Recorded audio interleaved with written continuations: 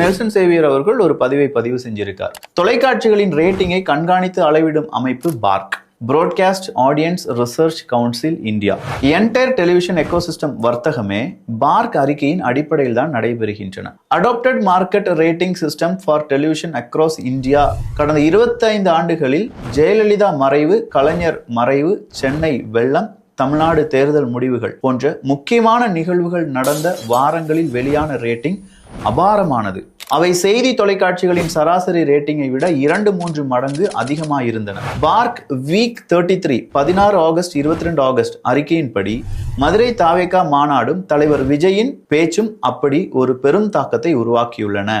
இங்க தாவேகா மாநாடும் தலைவர் விஜயின் பேச்சும், தாவேகாவினுடைய தலைவர் அப்படின்னு சொல்லி அவர் எடுத்து சொல்லல, தலைவர் அப்படின்னே சொல்லியிருக்காரு, ஒரு பெரும் தாக்கத்தை உருவாக்கியுள்ளன அப்படிங்கிற உண்மையை போட்டு உடைக்கிறார். Such a historic week for Tamil Nadu news channels. Vikravandi மாநாட்டுடன் ஒப்பிடும்போது தாவேகா மதுரை மாநாட்டையும் தலைவர் விஜயின் பேச்சையும் தொலைக்காட்சியில் மட்டும் 3 மடங்கு பேர் அதிகமாக பார்வையிட்டுள்ளனர், அதிகமாக பார்த்திருக்கிறார்கள். 35 minutes of Vijay speech was watched uninterrupted by the public, telecasted uninterrupted by the channels. Barring the death events of big leaders, this type of viewership for positive content has come after a long hiatus. For people doing media research and studies, this metrics is a key learning in recent political scenarios.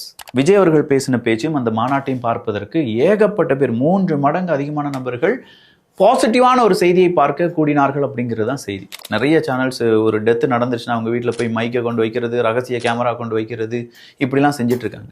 ஆனால் அதையும் தாண்டி பாசிட்டிவாக ஒரு செய்தியை அதிகமாக பார்த்தங்க விஜய் அப்படிங்கிற அந்த ஒரு மாநாடு, அந்த ஸ்பீச் தான். ஆனால் இப்படிப்பட்ட மாநாட்டில் விஜய் இன்னும் கொஞ்சம் அதிகமாக பேசியிருக்கலாம் அப்படிங்கிற ஆதங்கம் இருந்தாலும் விஜய் அவர்களுக்கு இன்னும் ஸ்கோப் இருக்கு.